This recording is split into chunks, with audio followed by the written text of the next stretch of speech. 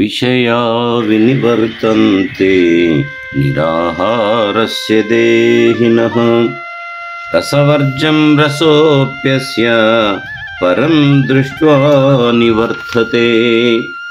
అర్జున, శబ్దాది విషయములను స్వీకరింపనట్టి జీవునకు ఆ విషయములు తొలగుచున్నవే కాని వానిని గూర్చిన వాసన పోవటలేదు.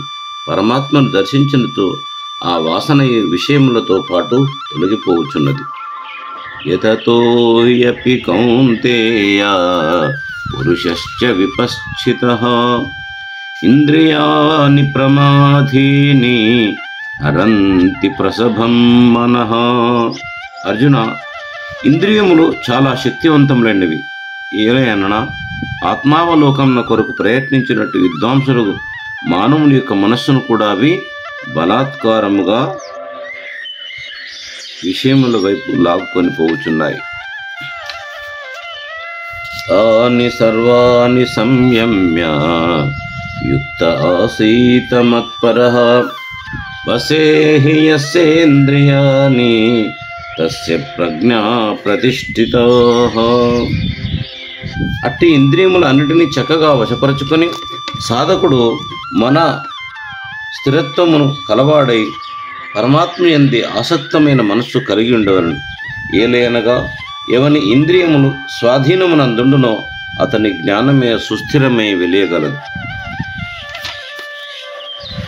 ధ్యయతో విషయాన్ పుంసః సంఘస్తేషూపజాయతే సంఘాత్ సంజాయతే కామః కామాత్ క్రోధోభిజాయతే క్రోధాత్ భవతి సమ్మోహః సమ్మోహాత్ స్మృతి విభ్రమః స్మృతిభ్రంశాత్ బుద్ధినాశో బుద్ధినాశాత్ ప్రణశ్యతి.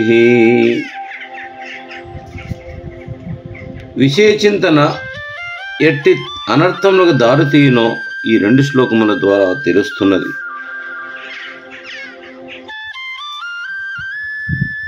విషయ చింతనచే విషయ సంగం ఏర్పడును. దానిచే కామము, కామము చే క్రోధము, క్రోధము చే సమోహము, సమోహము చే విస్మృతి, విస్మృతి చే బుద్ధినాశము, బుద్ధినాశము చే అధోగతి ప్రాప్తి క్రమముగా సంభవించుచున్నవి. రాగద్వేష వియుక్తైస్తు విషయాన్ ఇంద్రియైశ్చరన్ ఆత్మవశైర్విధేయాత్మా ప్రసాదమధిగచ్చతి. కానీ స్వాధీనమైన మనస్సు కలవాడు రాగద్వేష రహితులను తనకు అధీనములై ఉన్నవనియు ఇంద్రియములచే అన్నపానాది విషయములను అనుభవించుచున్నవాడైనను మనోనిర్మలత్వమును పొందుచున్నాడు. ప్రసాదే సర్వదుఃఖానాం హానిరస్యోపజాయతే ప్రసన్నచేతసో హ్యాశు బుద్ధి పర్యవతిష్టతి. మనోనిర్మలత్వం కలగగా దాని వలన మానవునకు సమస్త దుఃఖములను ఉపశమించిపోవచ్చున్నాయి. నిర్మల మనస్సునకు బుద్ధి శీఘ్రముగా స్థిరత్వము చెందుచున్నది. నాస్తి బుద్ధిరయుక్తస్య నచాయుక్తస్య భావనా నచాభావయతః శాంతిః అశాంతస్య కుతః సుఖం. ఇంద్రియ నిగ్రహము మనస్సంశయము లేనివానికి వివేక బుద్ధి కలగదు. ఆత్మచింతనము సంభవింపనేరదు. ఆత్మచింతన లేనివానికి శాంతి లభించదు. శాంతి లేని వారికి సుఖం ఎక్కడిది. ఇంద్రియాణం విచరతాం యన్మనోను విధీయతే తదస్య హరతి ప్రజ్ఞాం వాయుర్నావమివాంబసి.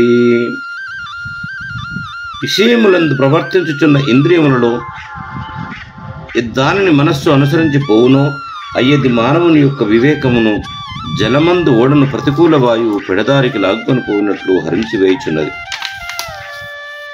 తస్మాద్యస్య మహాబాహో నిగృహీతాని సర్వశః ఇంద్రియాణీంద్రియార్థేభ్యః తస్య ప్రజ్ఞా ప్రతిష్ఠితా.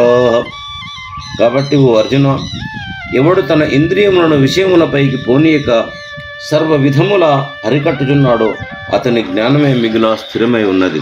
ఓం నమో భగవతే వాసుదేవాయ. ఓం నమో భగవతే వాసుదేవాయ. ఓం నమో భగవతే వాసుదేవాయ.